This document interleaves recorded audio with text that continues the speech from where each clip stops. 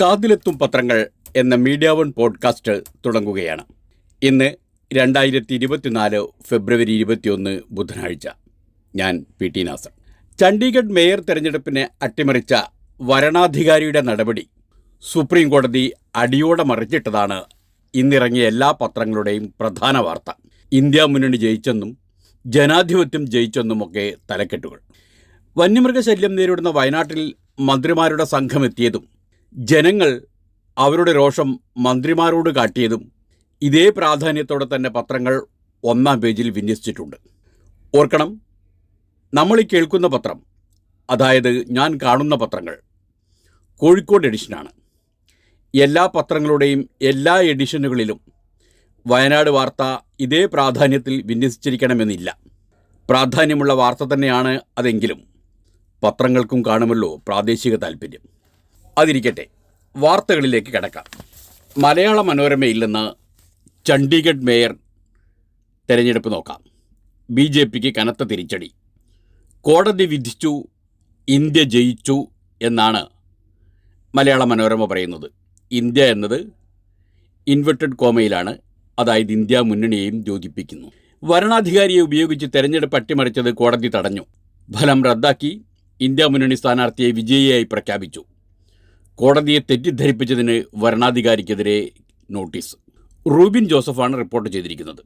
New Delhi. Electoral bond റദ്ദാക്കിയതിൻ്റെ ആഘാതം മാറും മുമ്പ് സുപ്രീം കോടതിയിൽ BJPക്ക് വീണ്ടും തിരിച്ചടി. ചണ്ഡീഗഡ് മുനിസിപ്പൽ കോർപ്പറേഷൻ മേയർ തെരഞ്ഞെടുപ്പിൽ ആം ആദ്മി പാർട്ടിയുടെയും കോൺഗ്രസിൻ്റെയും ഇന്ത്യ മുന്നണി സ്ഥാനാർത്ഥി കുൽദീപ് കുമാറിനെ സുപ്രീം കോടതി വിജയിയായി പ്രഖ്യാപിച്ചു. അസാധാരണ സാഹചര്യം കണക്കിലെടുത്തും കേസിൽ സമ്പൂർണ്ണ നീതി ഉറപ്പാക്കാനും വിശേഷാധികാരം 142 വകുപ്പ് ഉപയോഗിച്ച കോടതി നേരിട്ട് വിജയിയെ പ്രഖ്യാപിക്കുകയായിരുന്നു. ഇതിനായി നേരത്തെ പോൾ ചെയ്യപ്പെട്ട ബാലറ്റ് പേപ്പറുകളും വീഡിയോ ദൃശ്യങ്ങളും ജസ്റ്റിസ് DY ചന്ദ്രചൂഡ് അധ്യക്ഷനായ ബെഞ്ച് പരിശോധിച്ചു. കേസിന് ആധാരമായ തെരഞ്ഞെടുപ്പിൽ വിജയിച്ച BJP കൗൺസിലർ മനോജ് സോൻകാർ കഴിഞ്ഞ ദിവസം രാജിവെച്ചിരുന്നു. 8 ബാലറ്റുകൾ അസാധുവാക്കി സോൻകാരിനെ തെരഞ്ഞെടുത്ത വരണാധികാരിയും BJP നേതാവുമായ അനിൽ മസിയുടെ നടപടി സുപ്രീം കോടതി റദ്ദാക്കി. ഇന്ത്യ സഖ്യം സ്ഥാനാർത്ഥിക്ക് അനുകൂലമായിരുന്ന 8 ബാലറ്റ് പേപ്പറുകൾ മസി മനഃപൂർവ്വം അസാധുവാക്കുകയായിരുന്നുവെന്ന് ജഡ്ജിമാരായ JB പർദിവാല, മനോജ് മിശ്ര എന്നിവർ കൂടി ഉൾപ്പെട്ട ബെഞ്ച് ചൂണ്ടിക്കാട്ടി. കോടതിയെ തെറ്റിദ്ധരിപ്പിച്ചതിന് ക്രിമിനൽ നടപടി ചട്ടത്തിലെ 340 വകുപ്പ് പ്രകാരം പ്രോസിക്യൂട്ട് ചെയ്യാതിരിക്കാൻ കാരണമുണ്ടെങ്കിൽ 3 ആഴ്ചയ്ക്കുള്ളിൽ അറിയിക്കണമെന്ന് മസിയോട് കോടതി നിർദ്ദേശിച്ചു. വരണാധികാരി ചെയ്തത്. ജനുവരി 30 നടന്ന മേയർ തെരഞ്ഞെടുപ്പിൽ ഇന്ത്യ മുന്നണിയുടെ കുൽദീപ് കുമാറിന് 20 വോട്ടും BJPയുടെ മനോജ് സോൻകാറിന് 16 വോട്ടും ലഭിച്ചു. എന്നാൽ ഇന്ത്യ മുന്നണിയുടെ 8 വോട്ടുകൾ വരണാധികാരി അനിൽ മസി അസാധുവാക്കി. തുടർന്ന് 16-12 BJP സ്ഥാനാർത്ഥി ജയിച്ചതായി പ്രഖ്യാപിച്ചു. ബാലറ്റ് പേപ്പറിൽ വരണാധികാരി കൃത്രിമം നടത്തുന്നതിൻ്റെ ദൃശ്യങ്ങൾ പ്രചരിച്ചിരുന്നു. വരണാധികാരി കോടതിയിൽ പറഞ്ഞത് അസാധുവാണെന്ന് ബോധ്യപ്പെട്ടതുകൊണ്ടാണ് 8 ബാലറ്റുകൾ പ്രത്യേകം അടയാളപ്പെടുത്തിയത് എന്നാണ്. കോടതി കണ്ടെത്തിയത് ബാലറ്റുകൾ പരിശോധിച്ച കോടതി അസാധുവാക്കേണ്ട യാതൊന്നും അവയിൽ ഉണ്ടായിരുന്നില്ലെന്ന് കണ്ടെത്തി വരണാധികാരി കോടതിയെ തെറ്റിദ്ധരിപ്പിച്ചതായും വിലയിരുത്തി. വന്യജീവി ആക്രമണത്തെക്കുറിച്ചുള്ള വാർത്ത, അതിന് നടപടിയെടുക്കാനായി കാര്യങ്ങൾ കണ്ടെത്താൻ മന്ത്രിമാർ വയനാടിനെ സന്ദർശിച്ചത് സംബന്ധിച്ചുള്ള വാർത്ത മനോരമയിൽ നിന്ന് തന്നെ വായിക്കാം. വന്യജീവി ആക്രമണം, വയനാട്ടിൽ മോണിറ്ററിംഗ് കമ്മിറ്റി രൂപീകരിക്കും, നഷ്ടപരിഹാരം ഉയർത്തുന്നത് പരിഗണനയിൽ. ബത്തേരി. ജനവാസ മേഖലകളിൽ വന്യജീവികൾ ഇറങ്ങുന്നതും ആക്രമിക്കുന്നതും ഉൾപ്പെടെയുള്ള പ്രശ്നങ്ങളിൽ ഇടപെടാൻ വയനാട്ടിൽ ജില്ലാതല മോണിറ്ററിംഗ് കമ്മിറ്റി രൂപീകരിക്കും. മന്ത്രി AK ശശീന്ദ്രൻ്റെ അധ്യക്ഷതയിൽ മന്ത്രിസഭാ ഉപസമിതി വിളിച്ചു ചേർത്ത സർവകക്ഷി യോഗത്തിലാണ് തീരുമാനം. വന്യജീവി ആക്രമണങ്ങളിൽ മരിക്കുന്നവർക്കും പരിക്കേൽക്കുന്നവർക്കുമുള്ള നഷ്ടപരിഹാരം ഉയർത്തുന്നത് മന്ത്രിസഭാ യോഗത്തിൽ പരിഗണിക്കുമെന്നും ഉപസമിതി അറിയിച്ചു. വന്യജീവി ആക്രമണങ്ങളെയും മരണങ്ങളെയും തുടർന്ന് ജനരോഷം ശക്തമായതിനെ തുടർന്നാണ് മന്ത്രിമാരായ AK Saseendran, K Rajan, MB Rajesh എന്നിവർ ഇന്നലെ ജില്ലയിലെത്തിയത്. 15 മുഖ്യമന്ത്രിയുടെ അധ്യക്ഷതയിൽ തിരുവനന്തപുരത്ത് ചേർന്ന ഉന്നതതല യോഗത്തിലെ തീരുമാനങ്ങൾ നടപ്പാക്കുന്നതിന് പുറമെ ജനങ്ങൾ ഉന്നയിച്ച നിർദ്ദേശങ്ങൾ കൂടി പരിഗണിച്ച് വിശദമായ റിപ്പോർട്ട് തയ്യാറാക്കി നടപടികൾ സ്വീകരിക്കുമെന്ന് മന്ത്രിമാർ അറിയിച്ചു. സർവകക്ഷി യോഗത്തിന് ശേഷം മന്ത്രിമാരുടെ നേതൃത്വത്തിൽ തദ്ദേശ സ്വയംഭരണ അധ്യക്ഷന്മാരുടെ യോഗവും ചേർന്നു. നിലപാട് വ്യക്തമാക്കിയ ശേഷം UDF MLA മാരായ T സിദ്ദീഖും IC ബാലകൃഷ്ണനും യോഗം ബഹിഷ്കരിച്ചു. ജില്ലയിൽ അടുത്തിടെ വന്യജീവി ആക്രമണങ്ങളിൽ കൊല്ലപ്പെടുകയും പരിക്കേൽക്കുകയും ചെയ്തവരുടെ വീടുകളും മന്ത്രിമാർ സന്ദർശിച്ചു. ഇതിനിടയിൽ സർവകലാശാലകൾക്കുള്ള കേന്ദ്ര പദ്ധതിയിൽ സമയത്തിന് അപേക്ഷിക്കാത്തത് കാരണം കേരളത്തിന് ശതകോടികൾ നഷ്ടമായി എന്നൊരു വാർത്തയും മലയാള മനോരമയിലുണ്ട്. മലയാള മനോരമയുടെ ഒരു പ്രത്യേക വാർത്തയാണത്. വിശദ റിപ്പോർട്ട് നൽകിയ കേരള സർവകലാശാലയുടെ അപേക്ഷയും സംസ്ഥാന സർക്കാർ വെച്ച് താമസിപ്പിച്ചു എന്ന് റഞ്ജി കുര്യാക്കോസ് തിരുവനന്തപുരത്ത് നിന്ന് റിപ്പോർട്ട് ചെയ്യുന്നു. പ്രധാനമന്ത്രി ഉച്ചതല ശിക്ഷാ അഭിയാൻ അനുസരിച്ച് ഉന്നത വിദ്യാഭ്യാസ സ്ഥാപനങ്ങളെ ശക്തമാക്കാൻ സർവകലാശാലകൾക്ക് 100 കോടി മുതൽ 200 കോടി രൂപ വരെ അനുവദിച്ചതിൽ കേരളത്തിൽ നിന്നുള്ള വിദ്യാഭ്യാസ സ്ഥാപനങ്ങൾ ഇല്ല. കേരളവും ബംഗാളും തമിഴ്നാടും യഥാസമയം അപേക്ഷിക്കാത്തതുകൊണ്ടാണ് പരിഗണിക്കാത്തതെന്നാണ് കേന്ദ്ര നിലപാട്. കേരള സർവകലാശാല വിശദ റിപ്പോർട്ട് നൽകി സർക്കാരിന് നൽകിയെങ്കിലും തയ്യാറാക്കി സർക്കാരിന് നൽകിയെങ്കിലും അപേക്ഷിക്കേണ്ട കാലാവധി കഴിയുന്നതുവരെ അപ്ലോഡ് ചെയ്തില്ല. മുൻപ് UGC ശമ്പള പരിഷ്കരണം നടപ്പാക്കുന്നതിനുള്ള 750 കോടിയുടെ കേന്ദ്ര ധനസഹായവും സംസ്ഥാനം നഷ്ടപ്പെടുത്തിയിരുന്നു. പദ്ധതിയിൽ 26 സംസ്ഥാനങ്ങൾ അപേക്ഷിച്ചു. കേരളം, MG, കാലിക്കറ്റ്, കണ്ണൂർ സർവകലാശാലകൾക്കും ഈ പദ്ധതി അനുസരിച്ച് 100 കോടി രൂപ വരെ ലഭിക്കാൻ അർഹതയുണ്ടായിരുന്നു. അടിസ്ഥാന സൗകര്യം, അക്കാദമിക് കാര്യങ്ങൾ, ആധുനികവൽക്കരണം, അധ്യാപക നിയമനം തുടങ്ങി സർവകലാശാലകളെ ശക്തമാക്കുന്നതിന് അനുവദിക്കുന്നതാണ് ഈ ഗ്രാൻറ്റ് തുക. ധനസഹായം ലഭിക്കുന്നതിന് കേരള സർക്കാർ കേന്ദ്രവുമായി ധാരണാപത്രം ഒപ്പുവെക്കണം. സർവകലാശാലകൾ അവരുടെ മികവും ചെയ്യാൻ പോകുന്ന കാര്യങ്ങളും അടങ്ങുന്ന റിപ്പോർട്ട് തയ്യാറാക്കി സർക്കാർ മുഖാന്തരം അപേക്ഷിക്കണം. ഈ നടപടികളെല്ലാം കേരള സർവകലാശാല പൂർത്തിയാക്കിയിരുന്നു. യഥാസമയം അപേക്ഷിക്കണമെന്ന് കേന്ദ്രം എല്ലാ സംസ്ഥാനങ്ങളോടും പലതവണ ആവശ്യപ്പെട്ടിരുന്നു എന്നും റിപ്പോർട്ടിലുണ്ട്. സംസ്ഥാനത്തിൻ്റെ വീഴ്ചയാണ് എന്ന് തോന്നിപ്പിക്കുന്ന വിധമാണ് മനോരമയുടെ വാർത്തയുള്ളത്.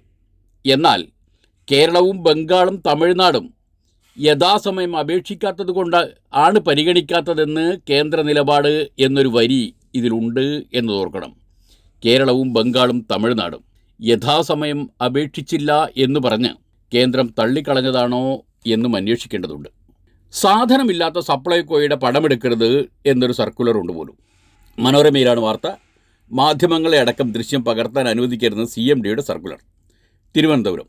നിത്യോപയോഗ സാധനങ്ങൾ സബ്സിഡി നിരക്കിൽ വിതരണം ചെയ്യാനാവാതെ നട്ടം തിരിയുന്ന സപ്ലൈകോ വിൽപ്പനശാലകളുടെ ദൃശ്യങ്ങൾ പകർത്താൻ അനുവദിക്കരുതെന്ന് CMD ശ്രീരാം വെങ്കിട്ടരാമൻ്റെ സർക്കുലർ. സ്ഥാപനം നേരിടുന്ന പ്രതിസന്ധിയെക്കുറിച്ച് ജീവനക്കാർ അഭിപ്രായ പ്രകടനം നടത്തരുതെന്നും നിർദ്ദേശം ലംഘിച്ചാൽ കർശന നടപടിയെടുക്കുമെന്നും സർക്കുലറിലുണ്ട്. അത്രയും നല്ലത്. ആ സ്ഥാപനം വഴി വാർത്താ വിതരണം നടക്കില്ലല്ലോ. നല്ലത്. TP വധക്കേസ് സംബന്ധിച്ച് മലയാള മനോരമയിൽ ഒരു പ്രത്യേക വാർത്തയുണ്ട്. സർവീസിൽ തഴയപ്പെട്ട് അന്നത്തെ ഹീറോകൾ എന്നാണ്. തിരുവനന്തപുരം.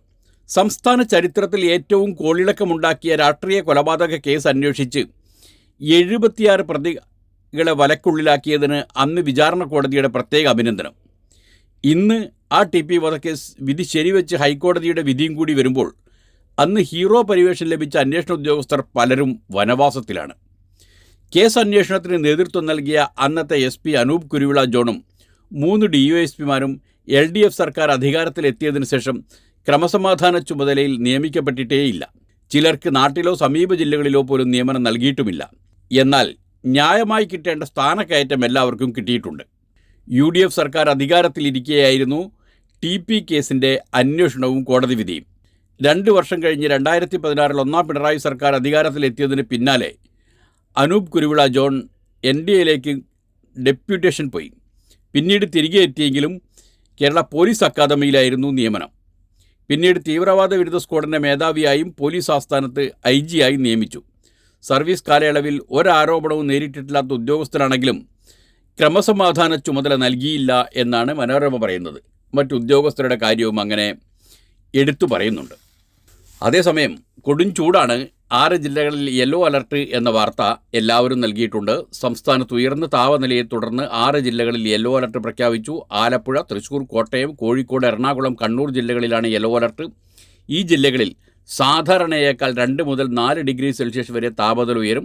ആലപ്പുഴ, തൃശ്ശൂർ, കോട്ടയം, കോഴിക്കോട് ജില്ലകളിൽ 37 ഡിഗ്രി വരെയും എറണാകുളം, കണ്ണൂർ ജില്ലകളിൽ 36 ഡിഗ്രി വരെയും താപനില ഉയർന്നേക്കാമെന്ന് കാലാവസ്ഥാ വകുപ്പ് അറിയിച്ചു. അതാണ് ആ വാർത്ത.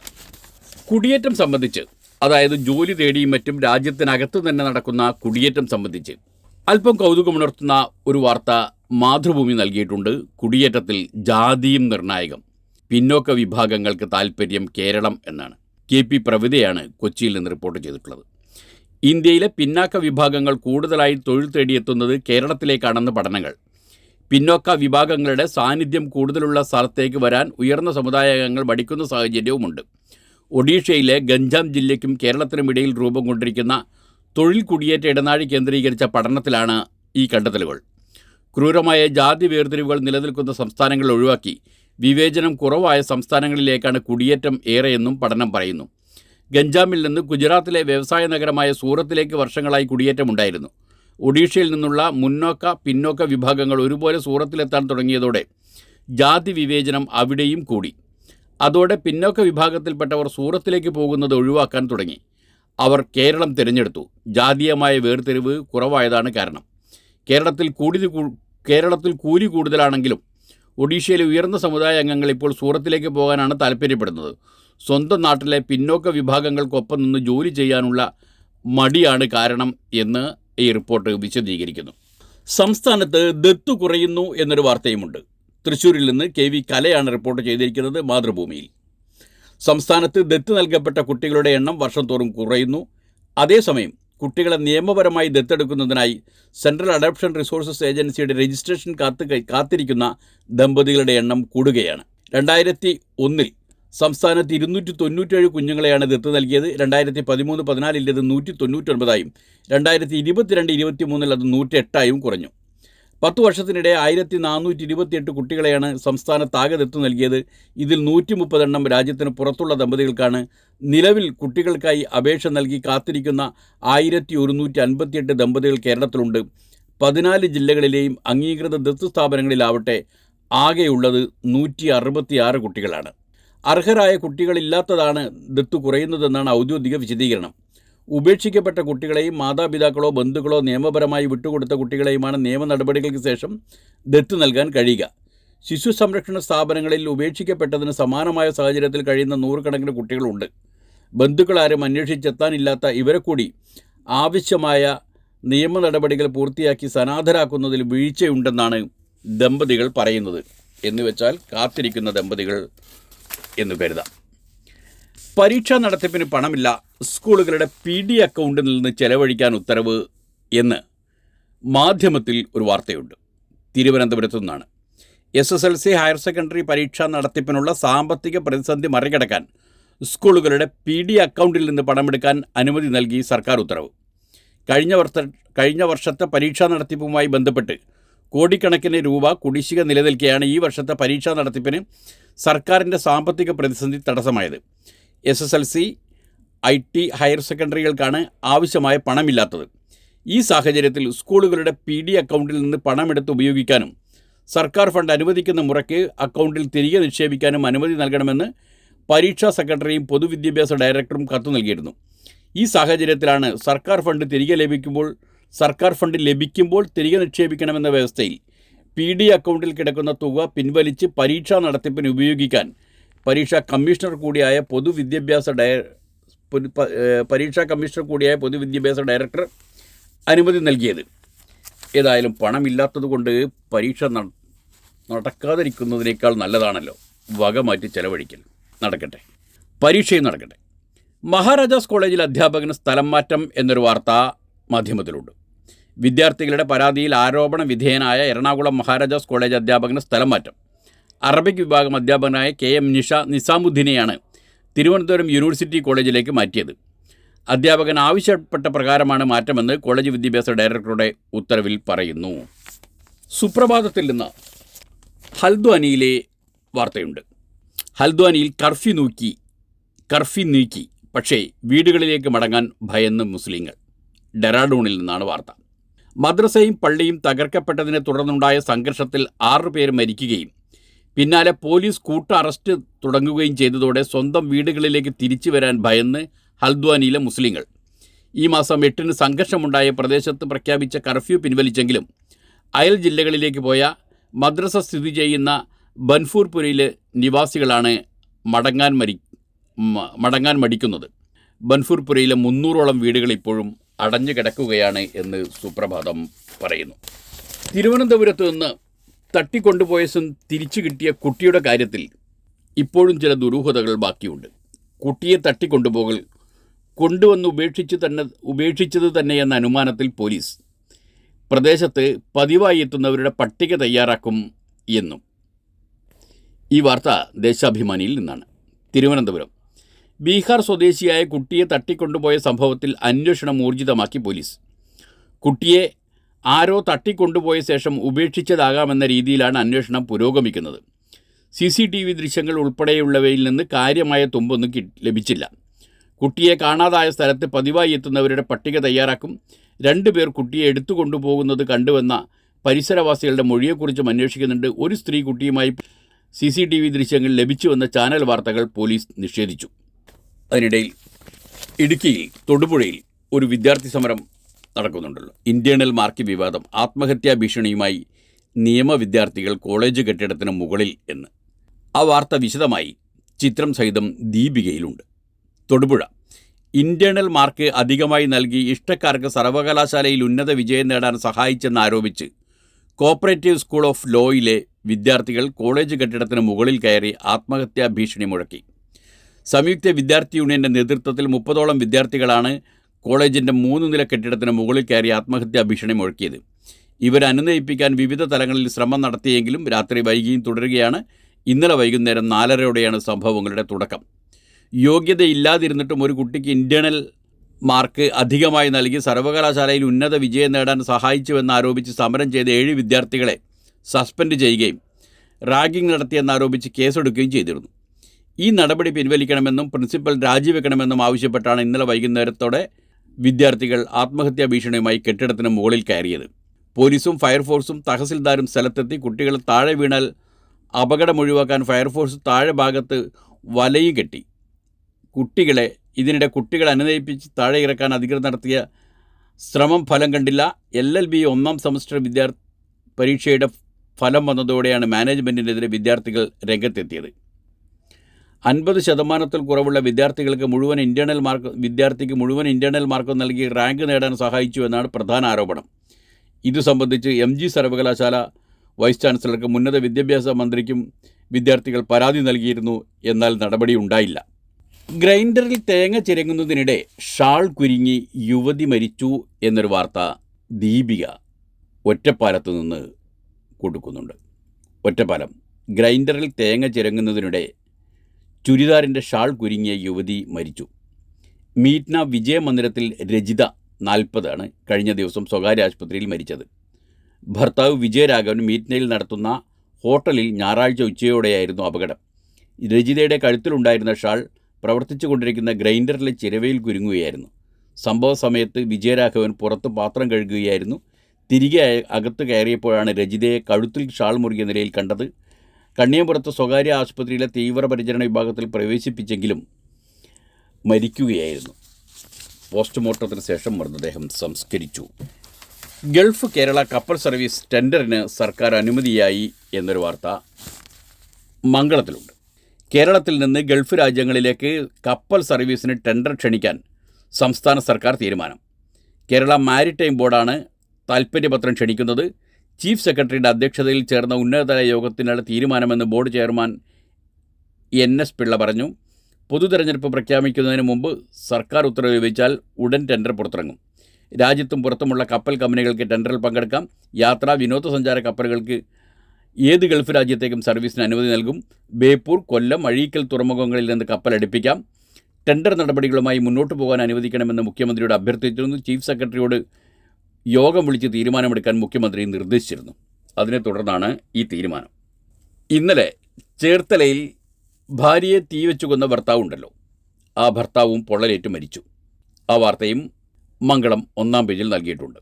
ചേർത്തല ജോലി സ്ഥലത്തേക്ക് സ്കൂട്ടറിൽ പോവുകയായിരുന്ന യുവതിയെ വഴിയിൽ തടഞ്ഞു നിർത്തി പെട്രോൾ ഒഴിച്ച് കത്തിച്ച് കൊലപ്പെടുത്തിയ സംഭവത്തിൽ ഗുരുതരമായി പൊള്ളലേറ്റ് ചികിത്സയിലായിരുന്ന ഭർത്താവ് മരിച്ചു. കടകരപ്പള്ളി പഞ്ചായത്ത് 13ാം വാർഡിൽ വട്ടക്കരി കൊടിയശ്ശേരിയിൽ ചന്ദ്രൻ്റെ മകൻ ശ്യാം ജി ചന്ദ്രനാണ് മരിച്ചത്.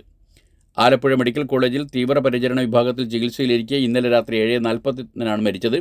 ശ്യാമിനെതിരെ കൊലക്കുറ്റത്തിന് കേസെടുത്ത സാഹചര്യത്തിൽ പോലീസ് നിരീക്ഷണത്തിലായിരുന്നു.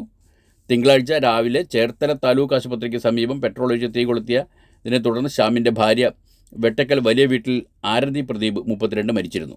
അക്രമത്തിൽ ആരതിക്ക് 90% പൊള്ളലേറ്റിരുന്നു. മെയ് 1 മുതൽ ഡ്രൈവിംഗ് ലൈസൻസ് പാസ്സാകണമെങ്കിൽ ഇമ്മിണി പുളിക്കും എന്നൊരു തലക്കെട്ടോടുകൂടി അങ്ങനെയൊരു വാർത്തയും മംഗളം 1-ാം പേജിൽ പ്രത്യേക ബോക്സായി, ബോക്സിന് കളറായി ഒറ്റ നോട്ടത്തിൽ കണ്ണിൽപ്പെടും വിധം നൽകിയിട്ടുണ്ട്. കമ്പികുത്തൽ ഇനിയില്ല, വരകളിലൂടെ ഡ്രൈവിംഗ്. തിരുവനന്തപുരം കാറുകളും മറ്റു ചെറിയ വാഹനങ്ങളും ഉൾപ്പെടുന്ന ലൈറ്റ് മോട്ടോർ വാഹനങ്ങൾക്ക് മെയ് 1 മുതൽ പുതിയ ഡ്രൈവിംഗ് ടെസ്റ്റ് രീതി നടപ്പാക്കുന്നു. കമ്പികുത്തി റിബൺ എച്ചും റോഡിലെ ഡ്രൈവിംഗ് സ്കില്ലുമാണ് നിലവിൽ ടെസ്റ്റിൻ്റെ ഭാഗമായുള്ളത്. ഇനി മുതൽ ടാർ ചെയ്തോ കോൺക്രീറ്റ് ചെയ്തോ സ്ഥലമൊരുക്കിയ ശേഷം വരകളിലൂടെ വേണം ഡ്രൈവിംഗ്. ആംഗുലർ പാർക്കിംഗ്, അതായത് വശം ചെരിഞ്ഞുള്ള parking, parallel parking, zigzag driving, കയറ്റത്ത് നിർത്തി പിന്നോട്ട് പോകാതെ മുന്നോട്ടെടുക്കുക തുടങ്ങിയവയാണ് ഉറപ്പായും വിജയിക്കേണ്ട പരീക്ഷകൾ. മോട്ടോർ വാഹന വകുപ്പിന് 10 ടെസ്റ്റിംഗ് സ്റ്റേഷനുകളാണ് സ്വന്തമായുള്ളത്. കളിസ്ഥലങ്ങളും ആരാധനാലയങ്ങളും ഉൾപ്പെടെ ഗ്രൗണ്ടുകളും പുറമ്പോക്ക് ഭൂമികളുമായാണ് ബാക്കിയുള്ള ഡ്രൈവിംഗ് ടെസ്റ്റിന് ഉപയോഗിക്കുന്നത്. സർക്കാരിൻ്റെ സാമ്പത്തിക സ്ഥിതി പരിതാപകരമായതിനാൽ ഡ്രൈവിംഗ് ടെസ്റ്റിംഗ് സ്ഥലം സജ്ജമാക്കേണ്ടത് ഡ്രൈവിംഗ് സ്കൂളുകളാണെന്ന് മന്ത്രി നിർദ്ദേശിച്ചിട്ടുണ്ട്. അപ്പോൾ കാര്യങ്ങൾ നന്നായിരിക്കും. അതിനിടയിൽ പോലീസ് സ്റ്റേഷനുകളിലേക്ക് ബന്ധപ്പെട്ടാൽ അവരുടെ പെരുമാറ്റം എങ്ങനെ ഉണ്ടായിരുന്നു എന്നറിയാൻ പോലീസ് തന്നെ ഒരു സർവേയും നടത്തുന്നുണ്ട്. ഇന്ത്യൻ എക്സ്പ്രസ്സാണ് ഈ വാർത്ത കൊണ്ടുവന്നിരിക്കുന്നത്. Good, bad or average, write your police station visit. കൊച്ചിയിൽ നിന്നാണ് വാർത്ത. Good morning. How was your experience visiting our police station? Please write from 0 to 10. Don't be surprised if you get such a call seeking your feedback shortly after your visit a police station. The Ernakulam Rural Police, in a first of its kind initiative in the state, has set up a special desk on the lines of the customer care desk to collect the feedback from the public visiting any of the 34 stations under its various needs. Ernakulam റൂറലിലെ 34 police സ്റ്റേഷനുകളാണ് പരീക്ഷണം. Station സന്ദർശിച്ചവർക്ക് എന്താണ് അനുഭവമുണ്ടായത്, എങ്ങനെയാണ് ആ police സ്റ്റേഷനെ വിലയിരുത്തുന്നത്, police സ്റ്റേഷന് മാർക്കിടുന്നത് എന്നൊക്കെയാണ് police ചോദിക്കുന്നത്. നല്ലത് തന്നെ, അനുഭവങ്ങൾ പുറത്തു പറയാൻ പറ്റുന്നതാണെങ്കിൽ നല്ലത് തന്നെ. ഹിന്ദുവിൽ റഷ്യയിൽ നിന്നൊരു വാർത്തയുണ്ട്. റഷ്യൻ പട്ടാളം കൂലിക്കെടുത്ത ഇന്ത്യക്കാർ യുദ്ധത്തിനിടയിൽപ്പെട്ടു എന്ന്. Indians hired as Russian army helpers forced to fight along Ukraine border. Suhasini ഹൈദറും വിജയ്ദാസ് സിംഗും ചേർന്ന് ന്യൂഡൽഹിയിൽ നിന്നാണ് റിപ്പോർട്ട് ചെയ്തിരിക്കുന്നത്. At least 3 Indians were forced to fight alongside the Russians on the Russia-Ukraine border after they were allegedly conned by the agent and sent their work as the army security helpers, one of the victim told Hindu. Since November 2023, around 18 Indians have been stranded in Mariupol, Kharkiv, Donetsk, Rostov-on along with the Russian-Ukraine border, and one person is said to have been killed in the ongoing war, an agent said. The two countries have been at war since 2022. Neuralink പരീക്ഷണത്തെക്കുറിച്ച് കഴിഞ്ഞ ആഴ്ച വാർത്തകളുണ്ടായിരുന്നല്ലോ. മനുഷ്യൻ്റെ തലച്ചോറിൽ chip ഘടിപ്പിച്ചു പരീക്ഷണം നടത്തുന്നു എന്ന്. ആ പരീക്ഷണം വിജയമാണ് എന്ന് പരീക്ഷണം നടത്തിയ കമ്പനിയുടെ ഉടമയായ എലോൺ മസ്ക് പറയുന്നു. മംഗളത്തിൽ ആ വാർത്ത വിശദമായി നൽകിയിട്ടുണ്ട്. മനസ്സ് പറഞ്ഞു, മൗസ് ചലിച്ചു തുടങ്ങി. വാഷിങ്ടൺ എലോൺ മസ്കിൻ്റെ ന്യൂറലിങ്കിൻ്റെ ക്ലിനിക്കൽ പരീക്ഷണത്തിൻ്റെ ആദ്യഘട്ടം വിജയമെന്ന് അവകാശവാദം. തലയോട്ടിക്കുള്ളിൽ ചെറിയ ചിപ്പ് സ്ഥാപിച്ച് തലച്ചോർ തരംഗങ്ങളെ പിടിച്ചെടുക്കുന്ന കമ്പ്യൂട്ടറിന് കൈമാറുന്നതാണ് പരീക്ഷണം. തലയോട്ടിക്കുള്ളിൽ ന്യൂറലിങ്ക് ചിപ്പ് സ്ഥാപിക്കപ്പെട്ട വ്യക്തി ചിന്തകളിലൂടെ മൗസിനെ ചലിപ്പിച്ചെന്നാണ് ന്യൂറലിങ്ക് സ്ഥാപകൻ എലോൺ മസ്ക് പ്രഖ്യാപിച്ചത്. പരീക്ഷണത്തിൻ്റെ ഭാഗമായ വ്യക്തിയുടെ പേര് ന്യൂറലിങ്ക് പുറത്തുവിട്ടിട്ടില്ല. ശരീരം തളർന്നവർക്ക് ഈ സാങ്കേതികവിദ്യ അനുഗ്രഹമാകുമെന്നും മസ്ക് പറഞ്ഞു. കഴിഞ്ഞ വർഷം മെയ്യിലാണ് ചിപ്പ് മനുഷ്യരിൽ പരീക്ഷിക്കാൻ US food and drug administration ന്യൂറലിങ്കിന് അനുമതി നൽകിയത്. റഷ്യയിൽ കൊല്ലപ്പെട്ട പ്രതിപക്ഷ നേതാവിൻ്റെ മൃതദേഹം ഇനിയും സർക്കാർ ബന്ധുക്കൾക്ക് വിട്ടു നൽകിയിട്ടില്ല. അതുകൊണ്ട് മാന്യമായി സംസാരിക്കാൻ സംസ്കരിക്കാൻ മകൻ്റെ മൃതദേഹം വിട്ടുചേരണമെന്ന് അലക്സി ലെവിൻ്റെ അമ്മ പുതിനോട് ആവശ്യപ്പെട്ടിട്ടുണ്ട്. മാതൃഭൂമിയുടെ വിദേശ വാർത്തകളുടെ പേജിൽ ആ വാർത്ത കാര്യമായി വിന്യസിച്ചിട്ടുണ്ട്. മോസ്കോ: മകൻ്റെ മൃതദേഹം ഉടൻ വിട്ടുതരണമെന്ന് ദുരൂഹ സാഹചര്യത്തിൽ ജയിലിൽ മരിച്ച റഷ്യൻ പ്രതിപക്ഷ നേതാവ് അലക്സി നവൽനിയുടെ അമ്മ ല്യൂദ്മില നവൽന റഷ്യൻ പ്രസിഡന്റ് വ്ളാദിമിർ പുടിനോട് അഭ്യർത്ഥിച്ചു. മൃതദേഹത്തിനായി 2 ആഴ്ച കാത്തിരിക്കാൻ അധികൃതർ ല്യൂദ്മിലയോട് ആവശ്യപ്പെട്ടതിനെ തുടർന്നാണിത്. വ്ളാദിമിർ പുടിൻ: താങ്കൾക്ക് മാത്രമേ ഇക്കാര്യത്തിൽ പരിഹാരമുണ്ടാക്കാനാകൂ. എൻ്റെ മകനെ അവസാനമായി കാണാൻ അനുവദിക്കണം. അലക്സിയുടെ മൃതദേഹം ഉടൻ വിട്ടുതരണം. എനിക്കവനെ മാന്യമായി സംസ്കരിക്കാനുള്ളതാണ്, അവർ പറഞ്ഞു. അതിനിടെ അവസാന നാളുകളിൽ നവൽനിയെ പീഡിപ്പിച്ചെന്ന ആരോപണം നേരിടുന്ന ജയിലുദ്യോഗസ്ഥർക്ക് പുതിൻ സ്ഥാനക്കയറ്റം നൽകി. ജയിൽ വകുപ്പിലെ ഫസ്റ്റ് ഡെപ്യൂട്ടി തലവനായിരുന്ന വലേറി ബയോർനോവിച്ചിന് പട്ടാള റാങ്കുള്ള കേണൽ ജനറൽ പദവിയാണ് നൽകിയത്.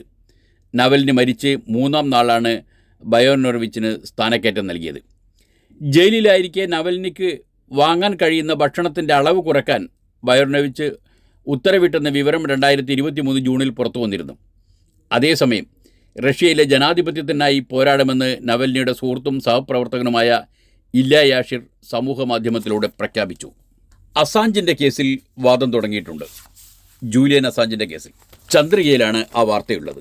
ലണ്ടൻ: വിക്കിലീക്സ് സ്ഥാപകൻ ജൂലിയൻ അസാഞ്ചിനെ അമേരിക്കയ്ക്ക് കൈമാറുന്നതുമായി ബന്ധപ്പെട്ട ഹർജിയിൽ ലണ്ടൻ ഹൈക്കോടതി വാദം കേട്ടു തുടങ്ങി. ആരോഗ്യ പ്രശ്നങ്ങൾ കാരണം അദ്ദേഹം കോടതിയിൽ എത്തിയില്ല. അമേരിക്കയുടെ സൈനിക നയതന്ത്ര രഹസ്യരേഖകൾ ചോർത്തിയ കേസിൽ അസാഞ്ചിനെ വിട്ടുകിട്ടണമെന്ന US ആവശ്യം 2021 ജനുവരിയിൽ ഒരു ബ്രിട്ടീഷ് ജഡ്ജി നിരസിച്ചിരുന്നു. US കൈമാറുന്നതോടെ അദ്ദേഹം ആത്മഹത്യ ചെയ്യാൻ സാധ്യതയുണ്ടെന്ന് സാധ്യതയുണ്ടെന്നാണ് ജഡ്ജി ചൂണ്ടിക്കാട്ടിയത്. പക്ഷേ അന്താരാഷ്ട്ര സമൂഹത്തിന് മുന്നിൽ തങ്ങളുടെ മുഖം കെടുത്തിയ വിക്കിലീക്സ് സ്ഥാപകനെ വിട്ടുതരണമെന്ന നിലപാടിൽ അമേരിക്ക ഉറച്ചു നിൽക്കുകയാണ്. ലണ്ടൻ ഹൈക്കോടതി വിധിയെതിരായാൽ യൂറോപ്യൻ മനുഷ്യാവകാശ കോടതിയിൽ അപ്പീൽ നൽകുന്നതിനെക്കുറിച്ച് അസാഞ്ചിൻ്റെ അഭിഭാഷകർ ആലോചിക്കുന്നുണ്ട്. US ഇൻ്റലിജൻസ് അനലിസ്റ്റ് ചെൽസിയ മാനിങ്ങുമായി ചേർന്ന് അമേരിക്കൻ പ്രതിരോധ വിഭാഗത്തിൻ്റെ സെർവറുകൾ ഹാക്ക് ചെയ്ത് നയതന്ത്ര സൈനിക രഹസ്യങ്ങൾ ചോർത്തിയെന്നാണ് അമേരിക്കൻ പ്രോസിക്യൂട്ടർമാർ പറയുന്നത്. ഗസക്കാർ മുഴുപട്ടിണിയിലേക്ക് എന്നാണ് ആ യുദ്ധത്തെക്കുറിച്ച് സിറാജിലുള്ള വാർത്ത. ഇസ്രായേൽ ആക്രമണം, ഗസക്കാർ മുഴുപട്ടിണിയിലേക്ക്. ഭക്ഷ്യസഹായം താൽക്കാലികമായി നിർത്തി US ഏജൻസി.